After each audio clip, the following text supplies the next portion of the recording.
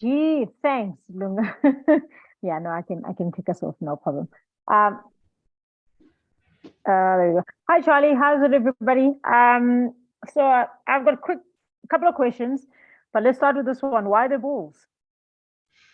Hi, Kate. Nice to meet you virtually. Why the Bulls? Because, well, I had quite a unique sort of set of circumstances in terms of me needing to go out on loan, and then spoke to sort of several clubs. But the again, well, one big reason is because Jake White's son plays at Bath, so there was an instant contact and quite an easy way to get hold of Jake, and then we spoke, and then it all happened very quickly, and then yeah, I'm loving it here.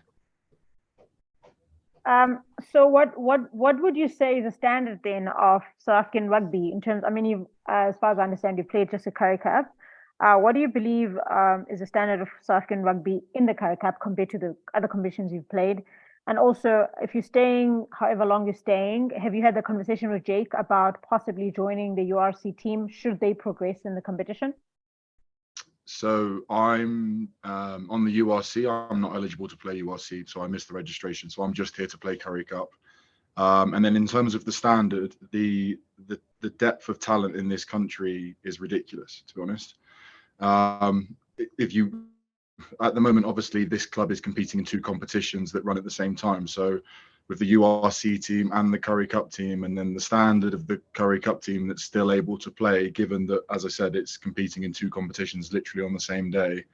Yeah, the standard of South African rugby is incredible. But I've known that. I've played with. There's plenty of South Africans in the English Premiership. I think probably the thing that just surprised me even more was just how many good young guys there are here as well, and then just how many good young guys seem to just keep churning through the system. So no, the standard is very high. Final one from me.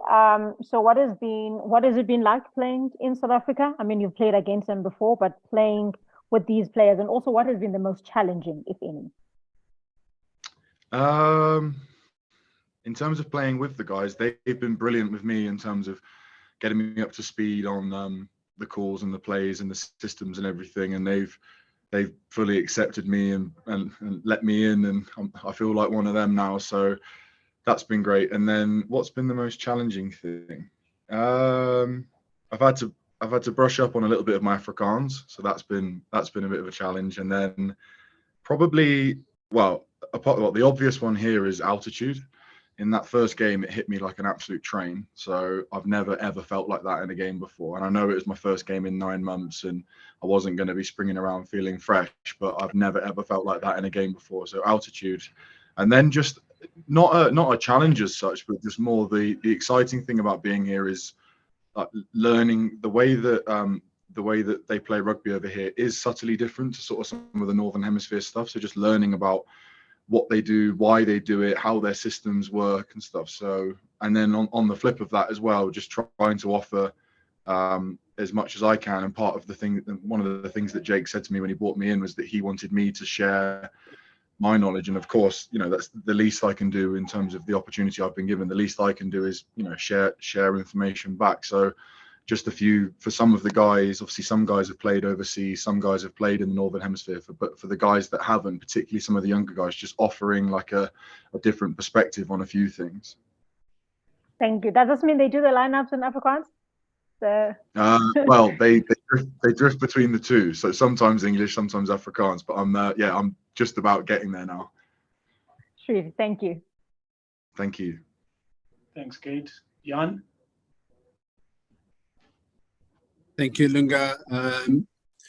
Charlie, under Koning Rugby 365. I think obviously the one issue is your attempt or your wish to get back into the England frame. Have you had a chat with the England coaching staff or with the selectors about your position yet? So, yeah, obviously I'd be lying if I was to say that wasn't a dream of mine to try and push myself to be in that World Cup squad. But in terms of conversations, I've spoken to Steve Borthwick a little bit, but it's not been around, are you going to pick me, aren't you going to pick me, anything like that. It's just been around my game. Obviously, I've been out for a long period of time, and I'm only 60 minutes of rugby back into playing rugby again. So there's 100 different things that I want to work on. And then, so yeah, we've been speaking a little bit around my game, around my carry, tackle, just the little bits of detail in my game, and just trying to push and move those things forward. So that's been as far as the conversations have gone. So what sort of time frame? I know you said you didn't speak about the squad itself, but what sort of time frame do you think you require to get into the level of competition that you require to put your name up there? I don't know, to be honest. And I'm probably not sort of putting that kind of pressure on myself. The main thing I want to see is that, you know, I've come back in at a level, and that's fine. And then I just want to see myself improving each week. And so far that's been happening. And to be honest, that's probably as far as I can control things. And then in terms of how long it will take me to get back to the level I was at before, like ideally, and the whole goal of my rehab has been that I want to push beyond the level I was at before. I feel like I'm physically a better athlete than I was before I got injured. So now it's about, say, getting the rugby back and pushing that to the best rugby I've ever played. But how long that will take, I don't know. So the thing that I can control on that side of things is just making sure that each week it's a little bit better than it was the week before. Yeah. And then finally from me, what aspect of your game do you think you can benefit most from playing at the Bulls or playing in the Currie Cup? So the Currie Cup is physical.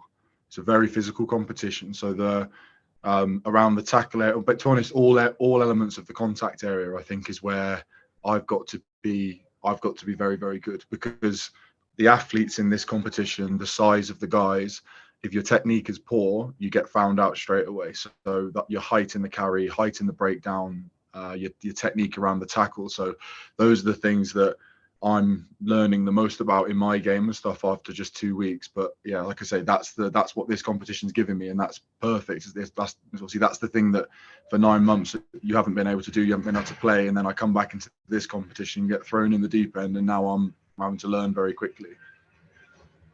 Thank you very much. Thank you, John. Thanks, Jan.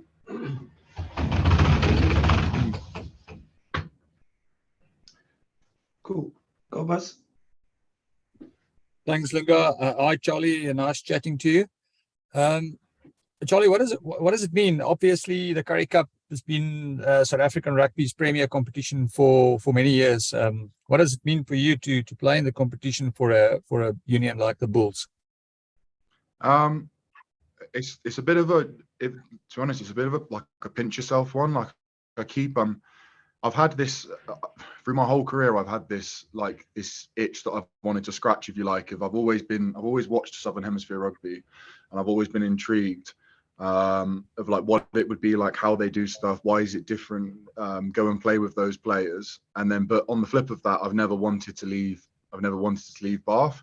And then I find myself in this situation now where I get to have my cake and eat it. I get the best of both worlds, where I haven't had to leave Bath, but I get to come down, play for a club as prestigious as this in a competition that I've watched growing up. So yeah, there's there are some days where I'm pinching myself, and then just even like some of like the legends that are here, Mornay Steyn, Bismarck du Plessis, like these are guys that I've grown up watching and unfortunately beat England quite a bit. And now I'm getting to see them. Now I'm getting to see how they operate, how they train each day, and yeah, I'm learning so much every day. Thanks. And just lastly from me, how does the structures compare to what you've experienced in the past, obviously in your time at Bath? In terms of the playing structure, or the training weeks, or training weeks, structures, juniors, all of that. Yeah, so the training weeks are very similar. It's a very similar sort of setup and format to what I'd be used to back home. The playing structure is I'd say probably in Northern Hemisphere, it's more they'll use like the individual skills of the person, and then they'll design the plays or that around those skills.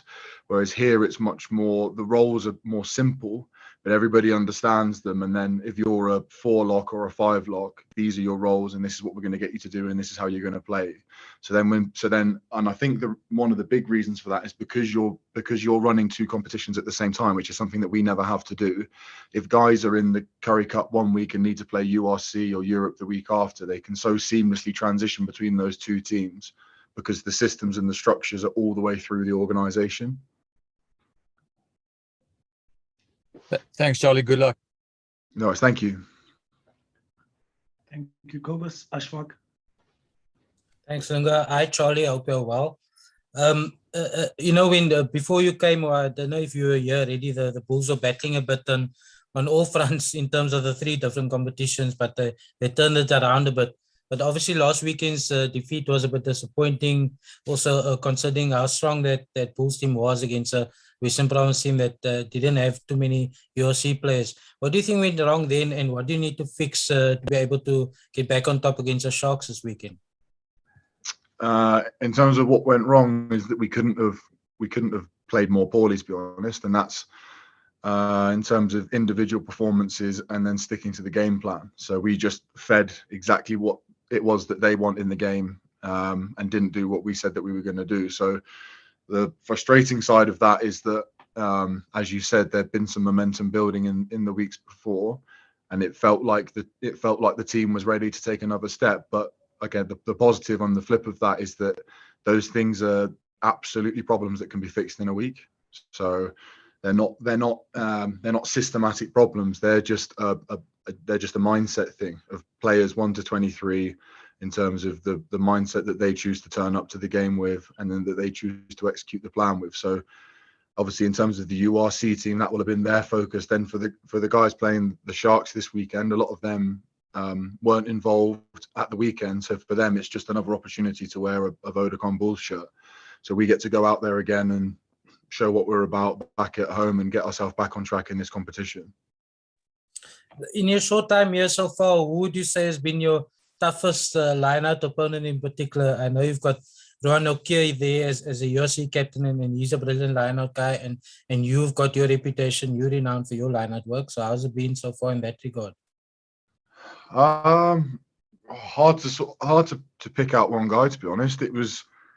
It's probably like because they like it's much more like the systems here are quite different. Like it's real hard pod systems, and there's a real emphasis on terms of like where you win the ball, which is just so again there's quite a few things that are a little bit different for me, but no, I wouldn't. Yeah, it'd be hard to pick out one guy, like I say. But the team's lineup becomes a massive battle, particularly in those Currie Cup games, in terms of obviously how you launch your attack and then defensively how you stop the other team. Talking about where you win your ball in a lineup, obviously for the more it tends to be the middle or the back would be the ideal kind of position there to get that driving ball going. Against the Sharks this weekend, do you think that's going to be possible, or must you mix things up a bit because they've also done quite well in the Currie Cup this season?